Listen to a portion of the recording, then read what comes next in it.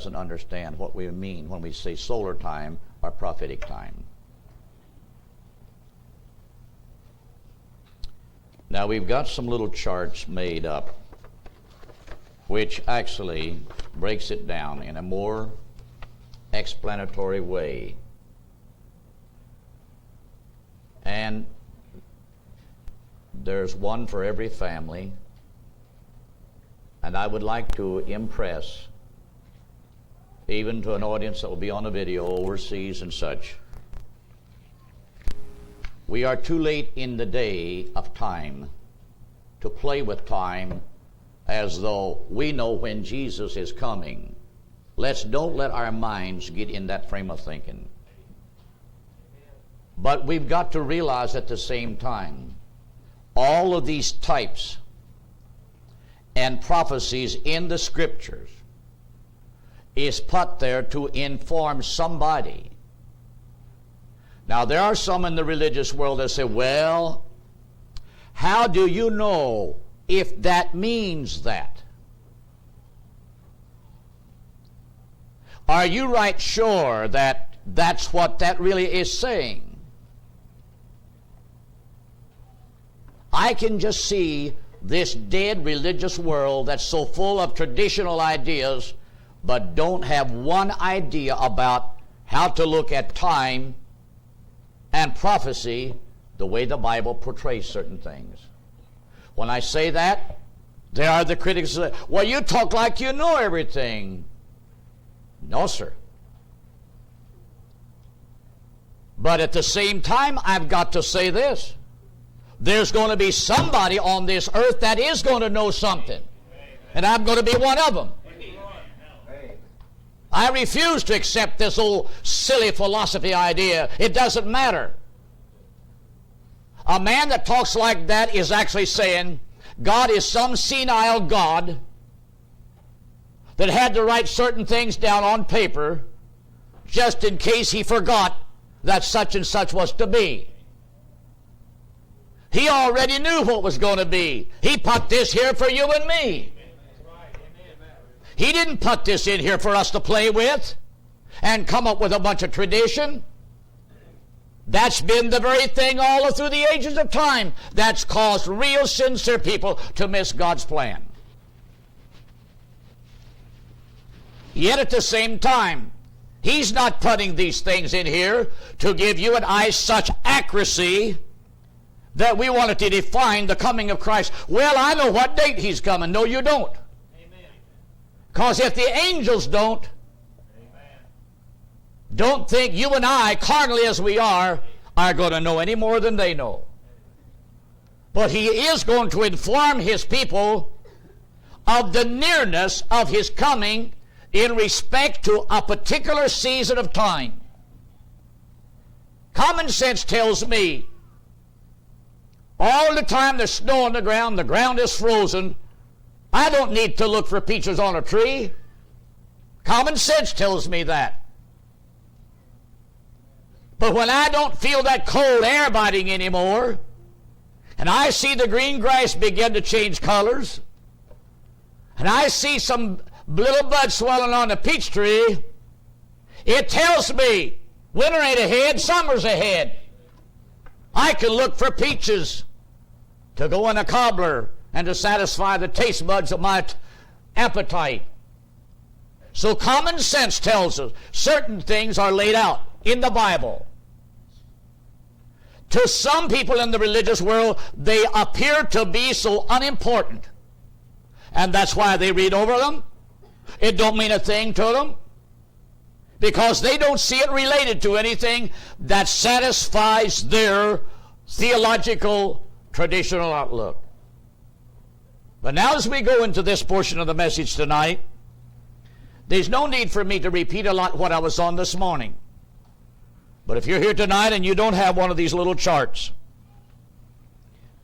there will be some back there. But I would like for you to turn with me tonight into Zechariah. Thursday night we closed out by reading Zechariah 10.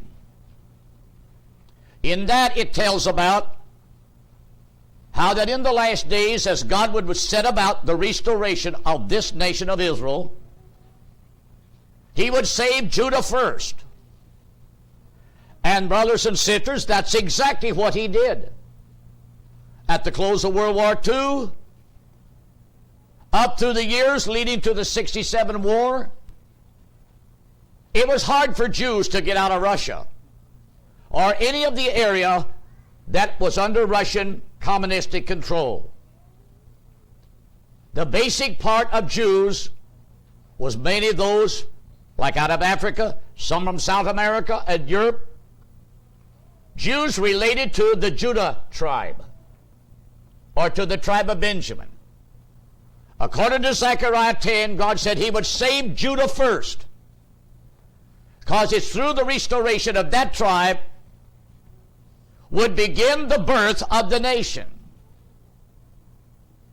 And after us reaches a certain point of time, then he said he would save Joseph, which is actually Ephraim as another name, meaning the 10 tribes. Then it says, together they would become a mighty man, meaning a nation.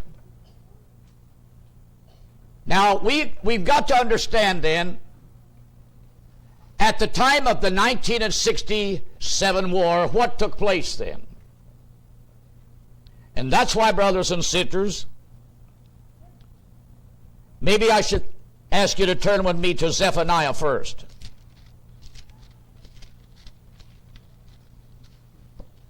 Because really here is what took place in 67. Zephaniah the chapter 2.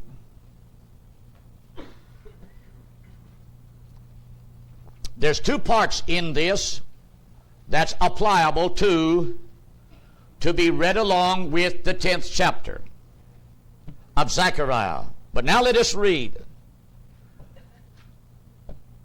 In the year of 67, in the month of June, Israel was faced. And keep in mind, you're looking at the tribe of Judah, well represented back in the land. She was living at that time within the area that's petitioned. Something like this.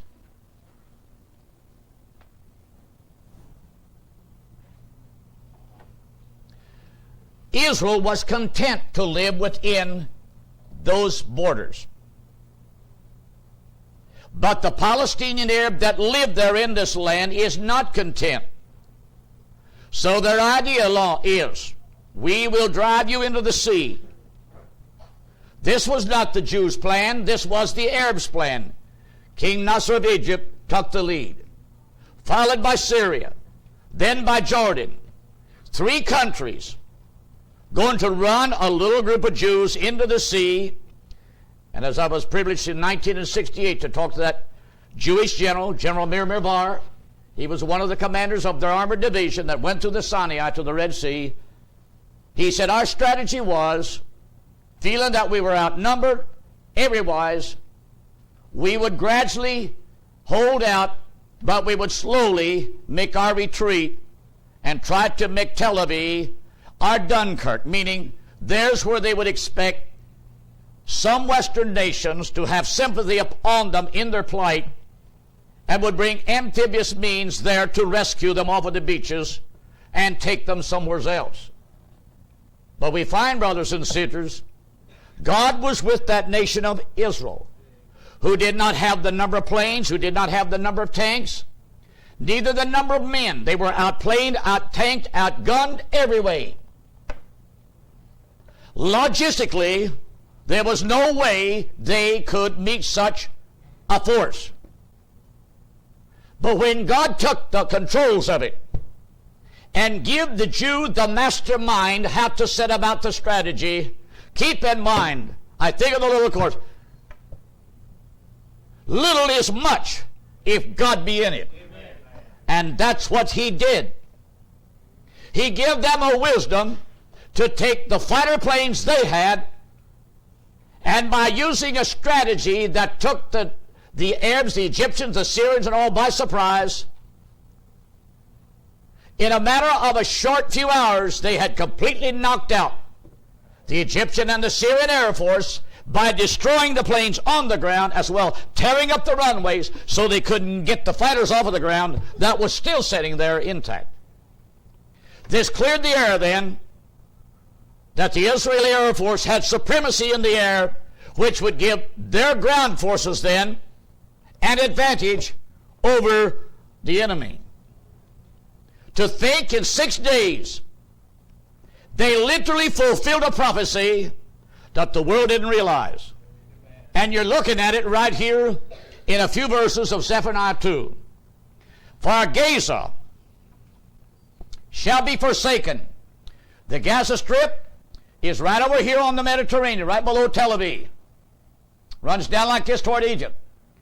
That was one little portion of the land of Israel Jews was never permitted or allowed to capture. All because when God did bring them into this land, back there in the days of Joshua, when the Jews began to compromise and to save certain individuals from different tribes, God seen then that he must do something. So he plainly told them there would be 7 tribes throughout that land they would never be able to literally subdue. The Philistines was the major one, because God at times would use them to prove Israel. And we can read, brothers and sisters, all through the years of time, Israel was constantly fighting some of these people.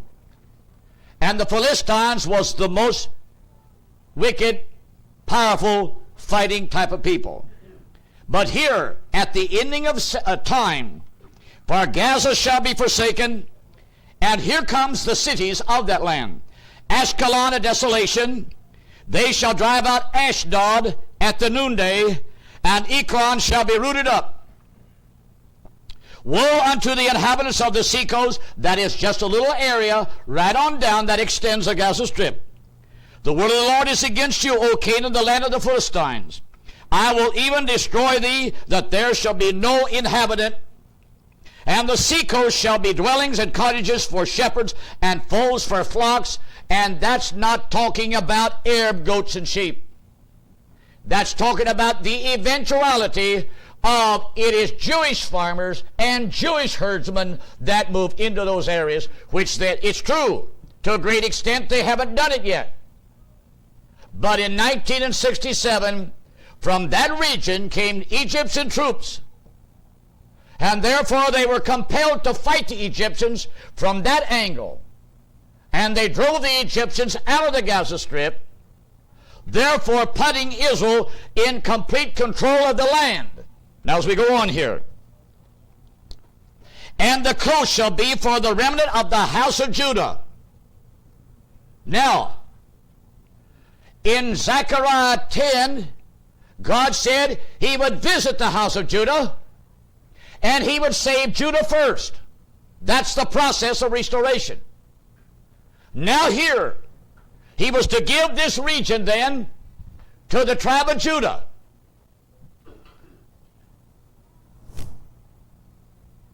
Now all of this fits right into a picture if we can just look at it right.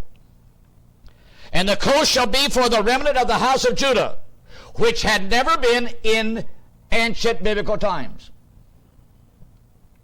They shall feed thereupon in the houses of Ashkelon. Shall they lie down in the eating, for the Lord their God shall visit them and turn away their captivity. So now we're looking at a fixed prophecy that the Gaza Strip is destined to be eternally, securely possessed by the tribe of Judah. Now, just as I read here this morning in the Jerusalem Post, as Perez, now the leader, along with Rabin, have agreed with certain Palestinian Arabs, we will give you self-government in those regions, in the Gaza Strip, as well as over in here. Now keep in mind, the area they took in the 6-day war, which they pushed everything then to the sea and the river, that part was the old areas of the tribe of Judah. How many realize that? And that's why through the years since 1967, the Jewish government has looked upon all that region as belonging to Judea. And they refer to the whole thing as Judea. So looking at this prophecy, we can see that the Gaza Strip is not only now in the hands of Israel, which is basic to the tribe of Judah, but also, as they took this in the 6-day war, all of that area then is to be under the complete control and possession of the tribe of Judah. And there is where that prophecy stops. Now the rest of the prophecy, we notice in verse 8. And that's why, brothers and sisters, we have it up here. Zephaniah chapter 2, verses 8 and 11. But we've got here, brothers and sisters, Numbers 24 and Jeremiah 48. Now, before we go to actually this right here, brothers and sisters, here's what we've got to realize. These windows do not actually represent to you wherein certain scriptures are fulfilled. Don't look at it that way. They only are symbolic of a span of time wherein certain scriptures are applicable. That's the way I want you to look at it. And my point is, you cannot take one scripture and put it back here when it won't even work there. Because we see these scriptures right here is actually talking about what we read here in verse 8. Now when we read it, verse 8, let's read it and show you how this lines up. Verse 8. I have heard the reproach of Moab. There it is. What did the Lord have in mind when he said he'd heard the reproach of Moab? And the reviling of the children of Ammon. There they are. Do you realize both of these are the descendants of Lot by his two daughters through an act of incest? You read that in Genesis. In ancient times, the ancient Moabites and Ammonites, Israel at times had conflict with them. But we notice also here is Edom. That's where the descendants of old Esau settled at. Now when we look across the river, which Israel don't necessarily possess, the very fact, God says, he has remembered the reproaches of Moab. When you go back, brothers and sisters, in Jeremiah, and you see the Babylonian armies coming to begin to set that invasion and to take away the children of Israel into Babylonian captivity. The people of Moab heard about this. There began to be a flow of Jews leaving the land of Israel, Jerusalem, trying to escape across the border to get away from the invading Babylonians. You read about it in Isaiah, Jeremiah, and so forth. But as God watched the process, imagine, brothers and sisters, here is Jewish people trying their best to flee from the invasion of that vast army. And they're fleeing across the river of Jordan, hoping to find a little bit of refuge in these areas among these people. When you actually go back there in the Old Testament and read about that, instead of these people showing those Jews that was coming from here over here any kindness, they caught them, took them, and absolutely took them back over and turned them over to the Babylonian army. Because their idea was, good, now we'll get rid of that bunch of Jews over there, and when they're all gone, we will help ourselves to the land. That's kind of playing hypocrisy. Amen. That's what it all summed up to be. God remembered every bit of it. So Isaiah prophesies against those people. Jeremiah did too. And here we find Zephaniah prophesying. But keep in mind, in the ancient times, Israel never did possess those areas where those tribes was at. It's true along the coast of the Dead Sea, and through here is Benjamin, as well as up in here. There's also portions of the 10 tribes. Runs up into Gilead. But with that, now since Israeli government has made this temporarily peace process of allowing these Arabs within the Gaza Strip, as well as this area of Jericho, actually, it is a social, domestic, and a political thing, which actually is illustrated like this. The Jews are saying to the Arabs living in those areas, you can now have your own mayors, your own town council, your own police force, and if any of you kill one another, you're going to have to depend on your own police force to protect you. We're not going to be there. Yet the Jerusalem Post tells the Israeli military troops will be positioned along the border areas, always to supervise and see that there's nothing planned or plotted within these Arabs to create a danger from those areas to the Jewish area of people. So in actuality, the Israeli government is not giving up the land for complete national independence, but only for people autonomy, self-government, while they will control the land for secure reasons. Now, in the Jerusalem Post, the government has stipulated, as they gave them the Gaza Arabs and the Jericho Arabs living here, complete freedom to have their own mayors and such. Let's turn our eyes then to Old Jerusalem, as I said this morning. The old city is 3/4 populated by Arabs. Now the old city is the city that's definitely going to be renovated, rehabilitated, and re-inhabited by Jews to get it ready for the coming of the Messiah, because Jesus will sit in a rebuilt temple in a new built city as the millennium starts. That's the way Isaiah 60 brings it out. Now let us look at these prophecies we've got up here. We know this. When we come over here and we see the week of Daniel, when we read the 11th chapter, John was given a reed. Take and measure the temple and the altar and them that worship therein. So we can say this, somewhere around about the time as the world and the nation of Israel gets close to when that week of Daniel is to begin, Israel somehow or other is going to be given by God an opportunity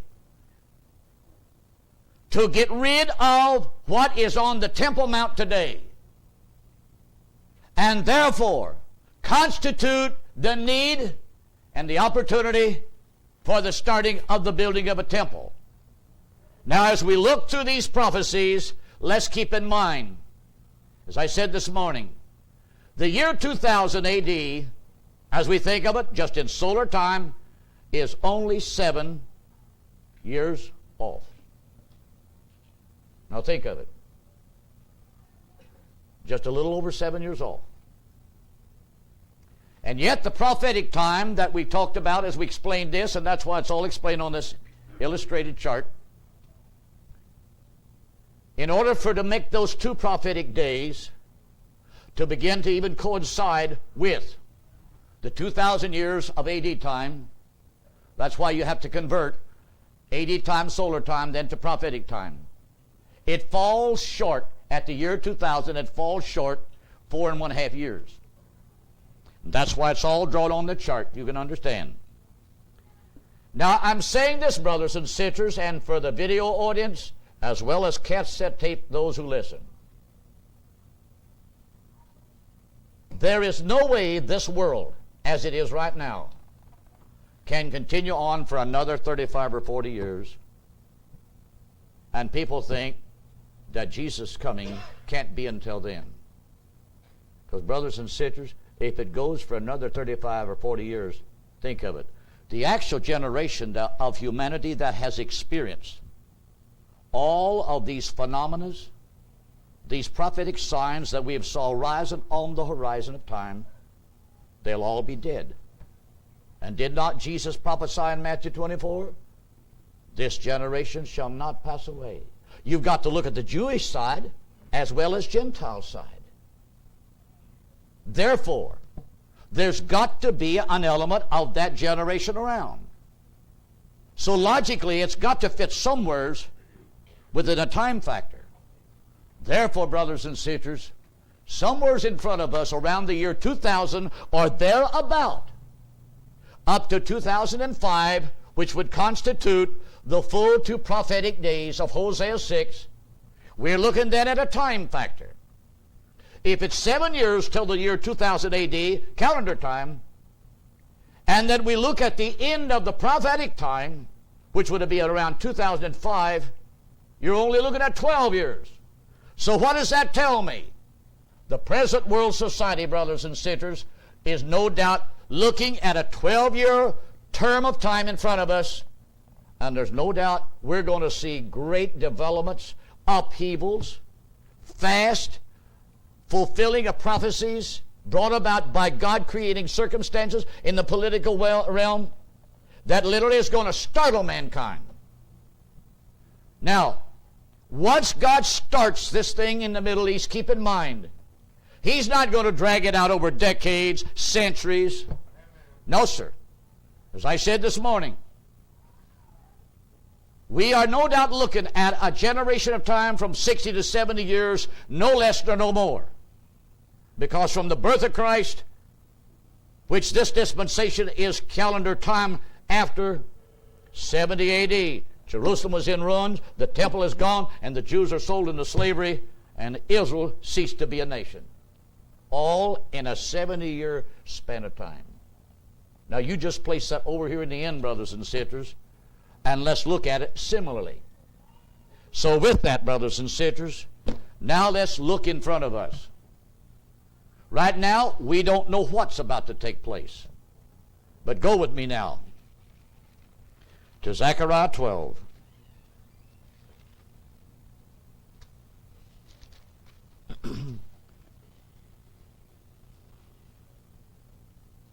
To me, brothers and sisters, this is one of the keys as to how to look at the time factor.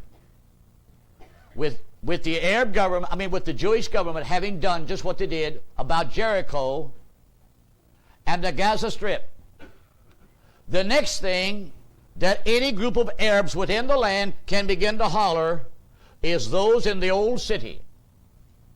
Now, since the Israeli government is not going to let them Arabs leave the old city and go down here where they can have their freedom, they'll have to stay there.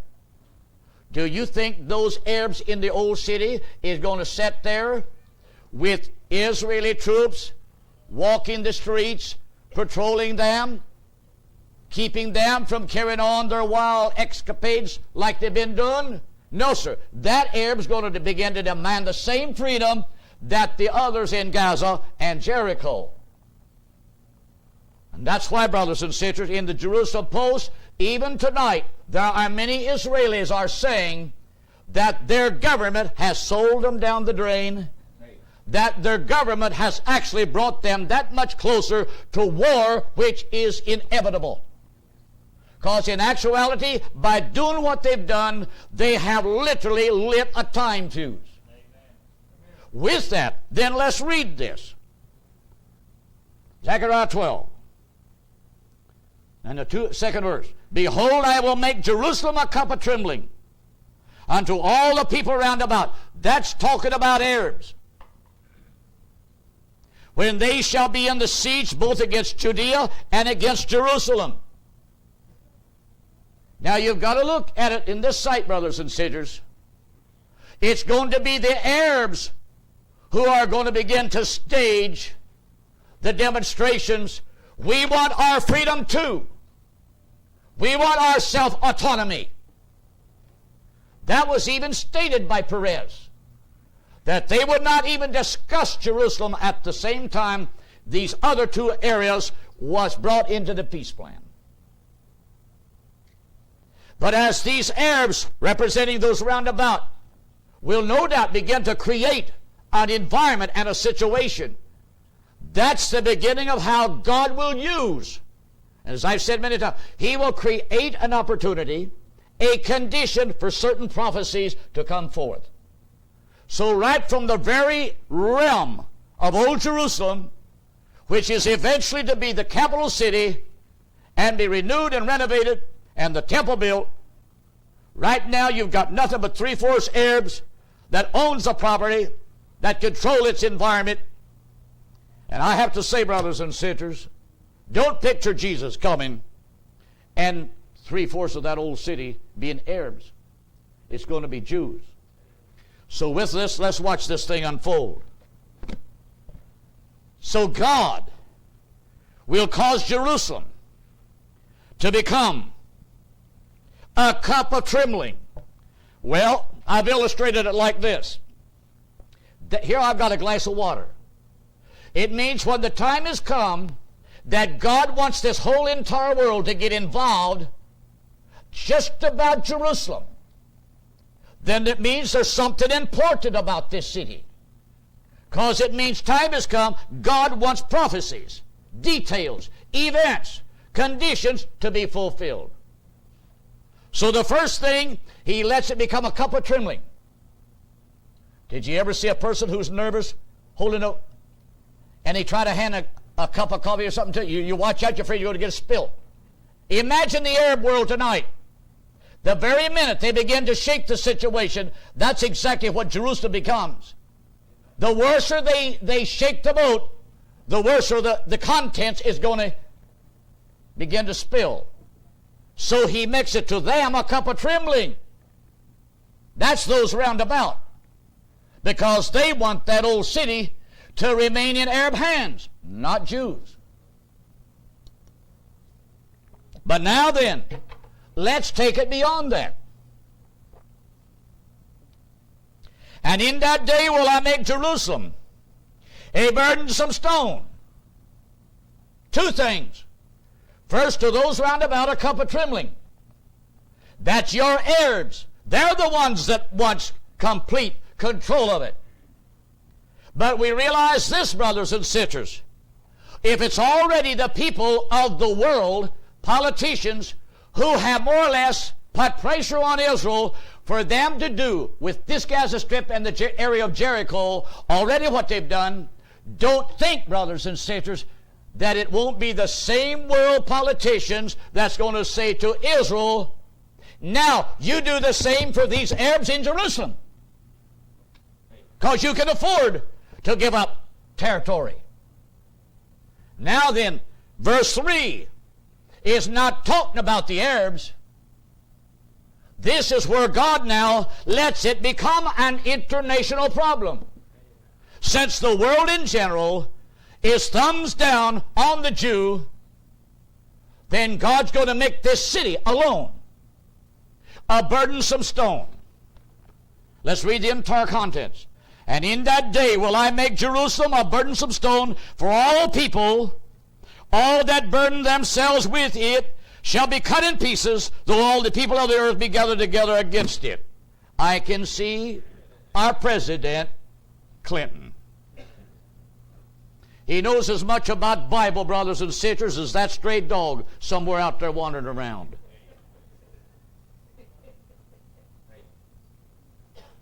All these Western big shot leaders, I can see some of them trotting off to their cathedrals this morning. But do you think they went in there to hear the Bible preached? They went in there to hear some kind of a sermon based on statistics, world conditions, basically talking about the economic side, the social side, the political side, believing the Lord completely out of the picture, but carrying it all under the name of the gospel of Jesus Christ. Brothers and sisters, the United Nations body has had its nose stuck in everything from the Gulf War to Bosnia to the Arabs and the whole process in the Middle East. Now just take a look at this. If God says he will break them to pieces, then keep in mind, in front of you and me, there's got to come something up that don't just bring Jerusalem into a little old minor mild breakfast party between a few leaders of the West and a few politicians in Israel and a few Arab leaders. And 2 or 3 days it's over. No, sir.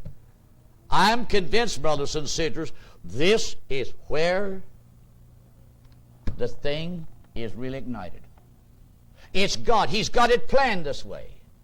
Now, what is a burdensome stone? Well, it sure isn't a glass full of water being flopped about. But notice, it's a symbolic picture. It's like a giant rock, and it's got to be moved. It's obstructing progress. So in the political and the social realm, until somebody decides what we will do with Jerusalem, it's going to be that on the world's political table. It's going to become a political stone, a problem to eventually peace in the Middle East, which they want to have, but they want it just as much to favor the Arab as they do the Jew. They care less about the prophetic picture. So imagine it's a giant rock, it's got to be moved. And so here comes every world leader sending his envoy, his magistrate, and this and that, and everybody sitting in his 2 cents worth, trying to pick the thing up. Well, I can't carry it. It just don't fit my shoulders. Here, you take it. Now, try, brothers and sisters, just imagine. You got a burdensome stone, and it's so big you just can't get around it. You just can't get it on your shoulders, but the thing's got to be moved. And that's exactly what's in front of us. World leaders are going to want to stick their 2 cents worth in, but eventually, brothers and sisters, God's going to get tired of their palavering around, fussing, and dictating what the Jew can do and what they must let the Arab have. And right then, brothers and sisters, to me, where God's going to create a condition, though the whole entire world would absolutely want to do something to try to force Israel to bend and compromise, God said he would break them to pieces. That's not talking about a battle of Armageddon. That's talking about, brothers and sisters, he means he will come down, he will do something to tear their political agreements all apart, creating a vacuum so that the Jew alone is left. And she is the only one that knows exactly what to do with this stone, because it's her. It's the rock of her foundation, of her faith. It's where God placed his name for her to eventually build a temple that God said would be his house. And that's what it's returning to. Now when it does that, brothers and sisters, what's going to happen? The Arabs are going to begin to rally. We won't stand for this. Sure, they're going to absolutely begin to demonstrate, create all kinds of terrorism as a retaliatory against the Jews. And I cannot help but believe, brothers and sisters, God can remove old Perez and Rabin when he wants to. And that's to me, brothers and sisters, when I look back and I see Numbers chapter 24 coming into being. Notice, there's 4 prophecies in the Bible that begin to come in focus. Old Balaam, when he was called by Balak to come and curse Israel, and 3 times he tried, but God wouldn't let him curse. Finally he says to old Balak, come here, boy. I want to show you what these people are going to do to your people in the latter days. And brothers and sisters, he was talking to old Balak's people, which was the Moabites. Come here. And you turn to Numbers 24, and it'll plainly tell you, brothers and sisters, what it would be. Let's turn there right quick.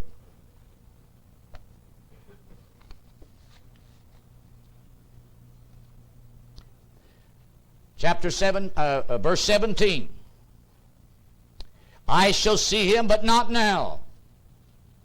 I shall behold him, but not nigh. There shall come a star out of Jacob, and a scepter shall rise out of Israel, and shall smite the corners of Moab, and destroy all the children of Zeth. And Edom shall be a possession. So, brothers and sisters, that takes in this whole area right here. They didn't do it in the 6-day war. But I'm saying this tonight, brothers and sisters, the very minute that the world begins to put the finger of pressure on the Israeli people, now you must negotiate and give these Arabs here in this city, which you have occupied, the same domestic, social freedom that you gave the others. There is where God, no doubt, will draw a line. And since it's not going to go the way the world leaders thinks it is, God uses it to create a condition to disunite the Western world in their opinions, in their decisions, and actually He just blows them completely out of the picture. And God then is definitely going to cause Israel to have to go alone. When she does, Israel's going to see one alternative. She's got to put this Arab problem to rest, to sleep, once and for all. And the only way they can do it is absolutely, brothers and sisters, attack it from every area. Where? From any kind of military or political opportunities can never enforce or influence these people anymore. So there's no doubt, brothers and sisters, as Israel will be compelled then, because by that time, here is where a lot of the pressure is going to come from. Because keep in mind, as I've said before, the present Palestinian Arabs that live in the land today and have for centuries came from this side of the river, not only out of Saudi Arabia, but out of all this region, and eventually worked in there. Eventually, Israel is going to be compelled to put them back there where their ancestors came from. Now, with this Numbers prophecy, see, that sets the agenda. But now then, let us go then to Jeremiah.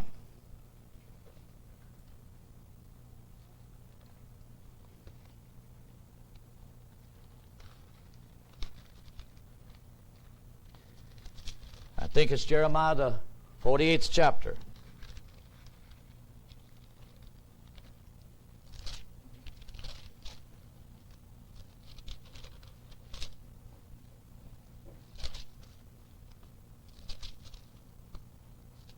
Yes, Jeremiah 48, verses 47.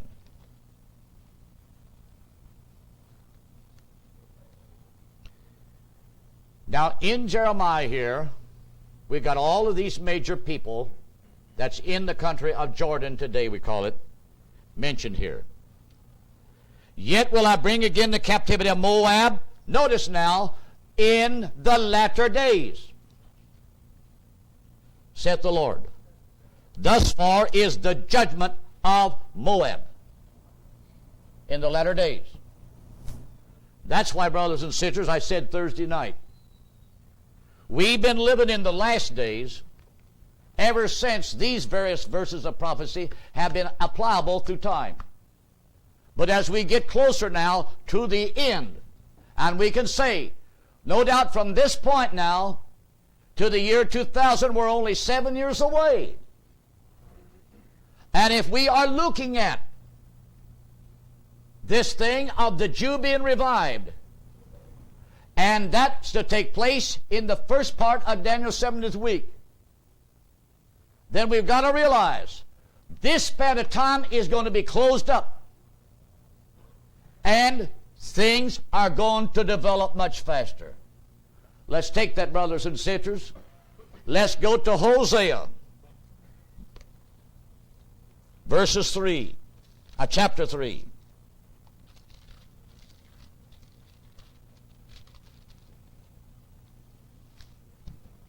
Hosea chapter 3 and verses 4 and 5. The same prophet that prophesied about the 2 days of prophetic time, and here's what he said here. For the children of Israel shall abide many days without a king, and without a prince, and without a sacrifice, and without an image, and without an ephod, and without a teraphim, that has actually been fulfilled. From the very beginning, 728 BC, when the 10 tribes was taken off, that ended Israel's ability to ever have a king. But then, brothers and sisters, we come on through time, and 2,000 years ago, then when the 2 southern tribes was destroyed, that took away their priesthood. It took away their sacrifice. It brought an end to their temple worship. So now then, for 2,000 years almost, and it's coming to a close, Israel has literally abided without having anything of these biblical things for national identity, both religiously and politically. But it says this, afterward shall the children of Israel return and seek the Lord their God, and David their king, and shall fear the Lord and his goodness in the latter days. So there's another prophecy of the latter days. That prophecy is not applicable necessarily back here, because it was not a prophecy that was causing national restoration. It's a prophecy that looks through all of this to a precise time. Now, if these things, like they have been neglected, are to be gradually restored, then we have to realize they've got to have Jerusalem under secure political control. This temple spot itself, for there and there alone is where they can reconstruct altar, animal sacrifice, and prepare to build the temple to get the stage set and ready, brothers and sisters, for the coming of their Messiah. So with that in mind, brothers and sisters, let's try to look at this.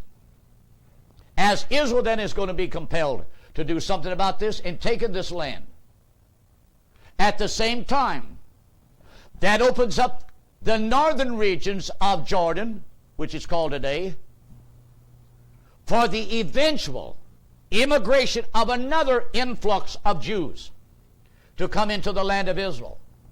Now let's turn back to Zephaniah chapter 2.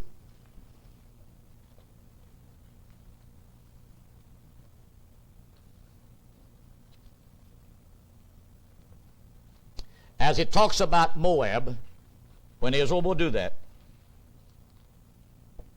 In the 9th verse, therefore as I live, saith the Lord of hosts, the God of Israel, surely Moab shall be as Sodom, and the children of Ammon as Gomorrah, even the breeding of nettles and salt pits, and a perpetual desolation. The residue of my people shall spoil them, and the remnant of my people shall possess them. Now, let's go to verse 11. The Lord will do terrible unto them, for he will famish all the gods of the earth.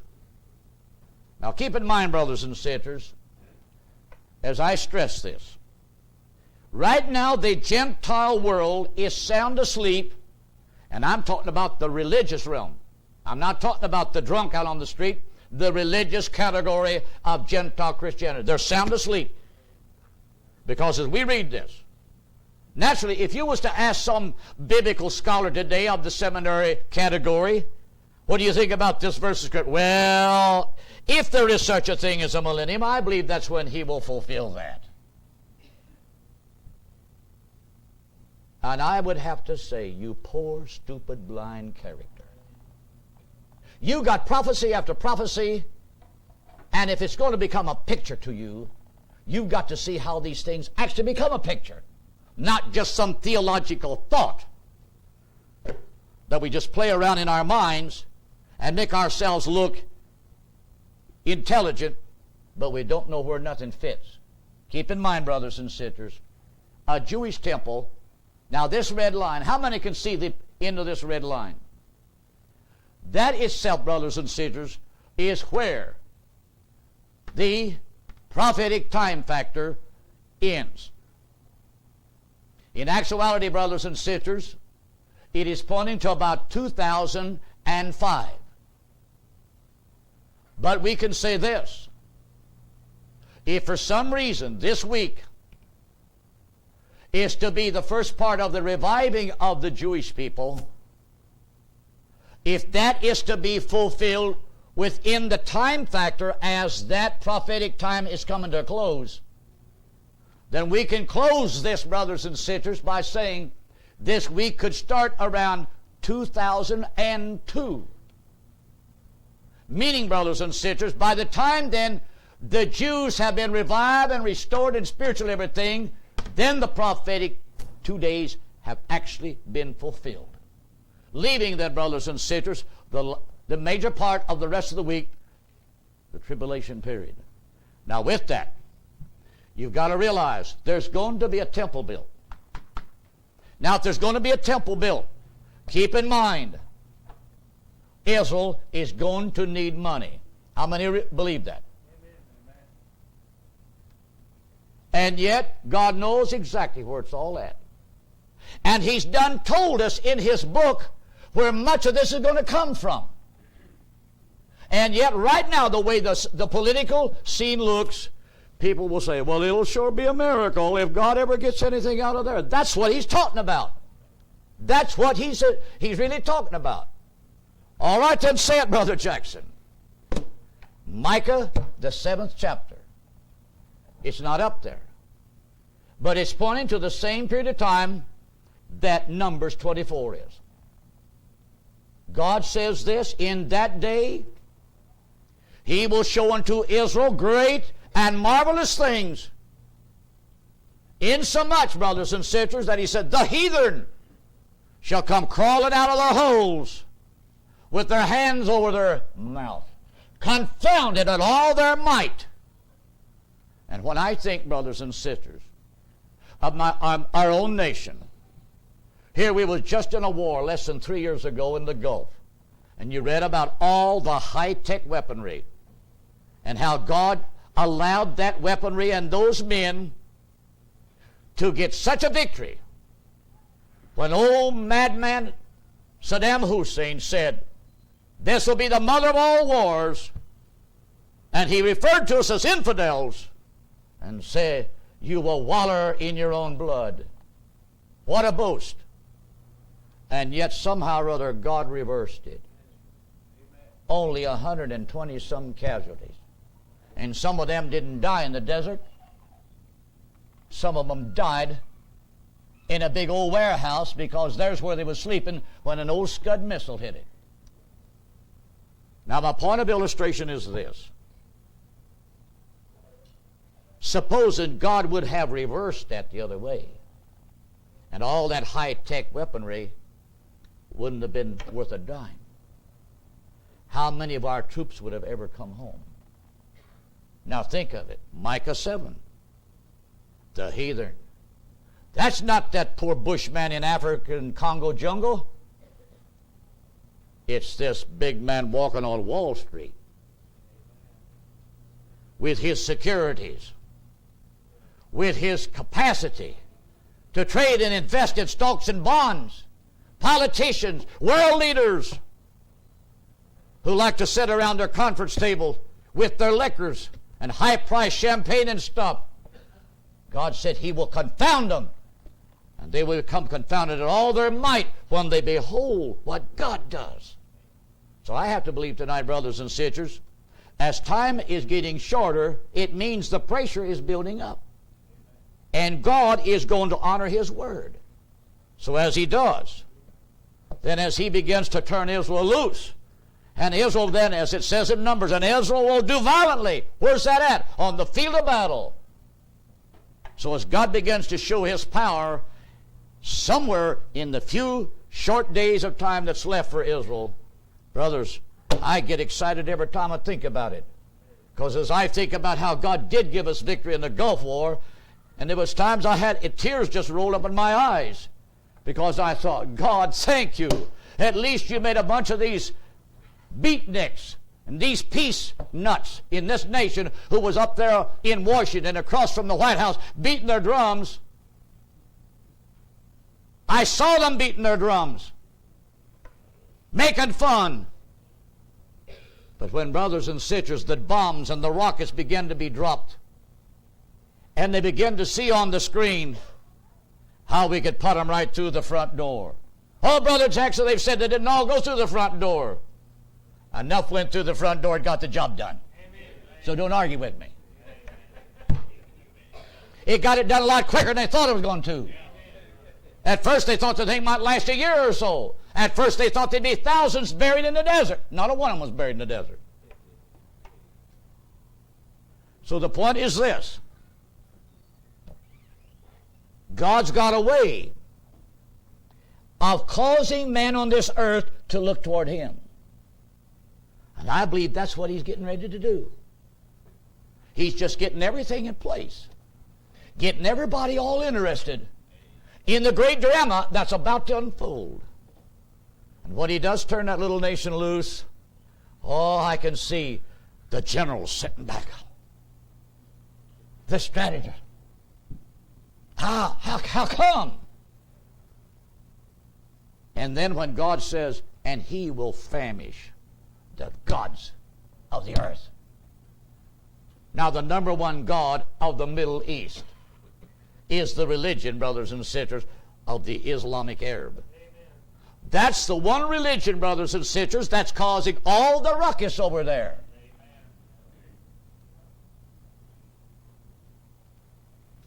You know why? Because all these Islamic Arabs, they're saying the promise of Abraham was not through Isaac. It was through Ishmael. And that's why Muhammad was a descendant of Ishmael. And they believe in Jesus. They believe in Moses. But they're saying Muhammad was God's last prophet and there'll never be another. That's all a lie of the devil. It's a counterfeit to Judaism, just as Catholicism is a counterfeit to true Christianity. Amen. So with that, brothers and sisters, somewhere in front of us, you are going to see how God takes that Islamic faith amongst them Arab people. Now, when I say that, I'm talking about those round about. The number one opposers that are true Arabs. And I'm talking about those that's over in the land of Jordan, over in here. And then on those on down into Saudi Arabia. That's your Arab world. They're all descendants of Abraham by the other side. The Egyptians are not Arabs. How many know that? It's true. They're under the same religion. The Libyans, which old Muammar Gaddafi is the head of, they are not Arabs. They're just plainly what they are. They're Libyans. And the Persians, the Iranians, they are not Arabs. Amen. Neither are the Turks Arabs, even though they are under the Islamic belief. But as I say that, brothers and sisters, keep in mind, God knows exactly what he's doing. So when he turns Israel loose, and she begins to do these gallant, valiant, victorious events, you know what that's going to cause that Arab in those regions to realize? There's no way we can resist Israel. He's our brother. One of these days, keep in mind, off down in Saudi Arabia, which is one of the wealthiest Arab nations there is on this earth, as you read Isaiah 60, it plainly tells you when the time comes that Israel will then start building their temple out of that region of Saudi Arabia. Here comes gold, incense,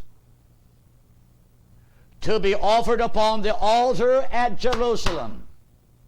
You couldn't get 1 penny out of a Saudi Arabia tonight because the political stage is not set yet.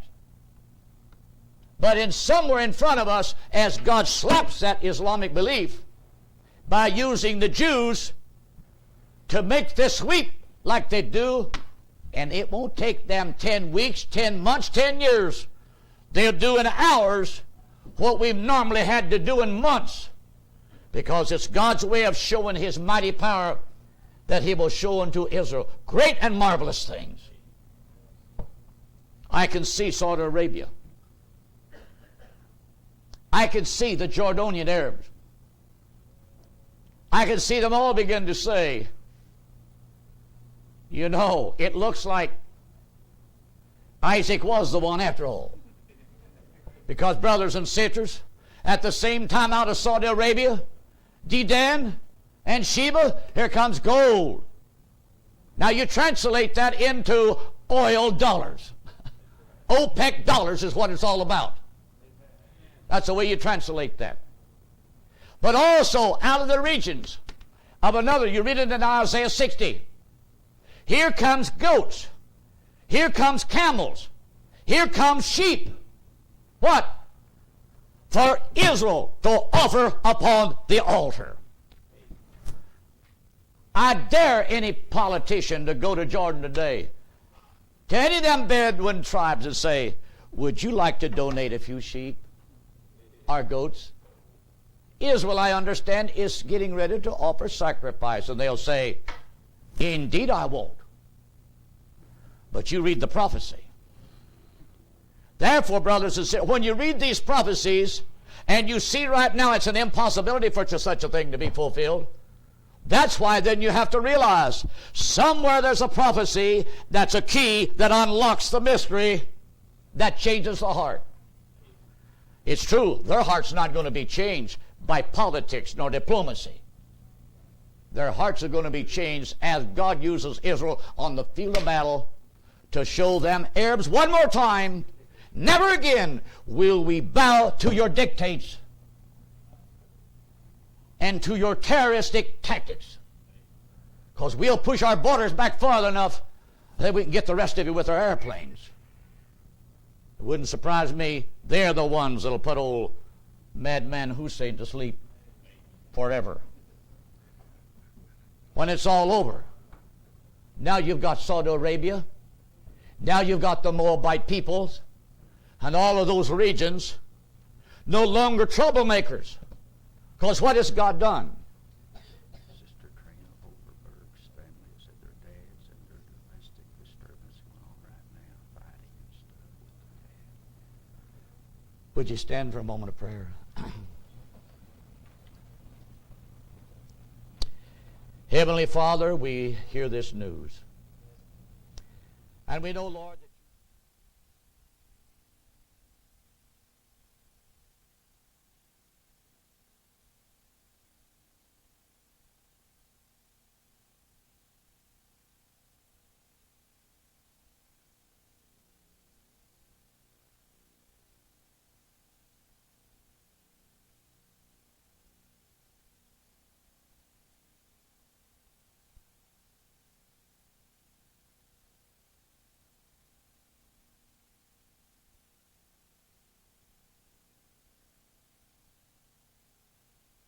that may be seated. Just a few more comments along this line. Keep in mind, world leaders today have showed their intelligence, their political power, as well as their military initiative. But if for some reason God uses Israel to do marvelous things over there, He's doing it for two strategic things.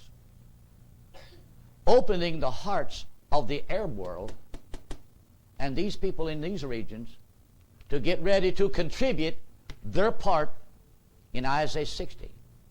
But at the same time, He's also doing it to touch a few hearts among Gentile nations. Not that He's going to touch everybody, but to touch a few hearts. Because, brothers and sisters, as the time does come then, that the old city Jerusalem is to be rebuilt, as you read in Isaiah 60, to be peopled by Jewish inhabitants, not Arabs. Then when you read Isaiah 60, it plainly tells you that the sons of strangers, those that actually were enemies of Israel through other decades, how they will come and help build up thy walls. Brothers and sisters, That has got to be a reality. When in our present world now, right now, there is no professional architect, engineering, construction men that's got the capital, the equipment, and the means to look towards Israel and do one earthly thing in renovating a city. But if for some reason God wants them to get involved, then let God show His hand in this present day world of men's affairs. Let it be done in a way that people realize God is with Israel. Then you're going to see professional tradesmen. And that's why I can see, brothers and sisters, as that time comes, for God to do these things. When the hour has arrived, people are absolutely going to begin to realize their religious beliefs isn't worth anything. Because as I look across into the Orient, and I can see Buddhism, I can see Confucianism, and I can see all those kind of religions. Yet think of the Orient, brothers and sisters. When that hour comes, and to the ends of the earth, people are made to realize the God of heaven is with the Jewish nation. I can't help but see rich, oriental, professional construction men, because even right now, Japanese are bidding against our own construction men for jobs in this country or anywhere else we've sent them. Now, if that goes on, brothers and sisters, then that's why I have to say, was it not so when King Solomon built his temple? Professional tradesmen of every profession out of all the various nations round about contributed and volunteered. And that's why I have to say, brother and sister, God knows exactly how to set the stage to get this done. Where you base that out? Haggai chapter 2.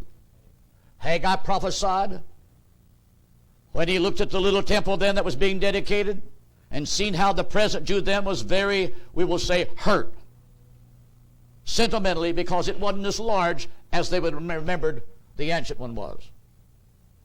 And God says, the gold is mine and the silver is mine. He knows exactly wherever OPEC dollars at. And he knows exactly where every professional contractor that is a professional tradesman in stonemasonry, pile driving, all of those things, brothers and sisters.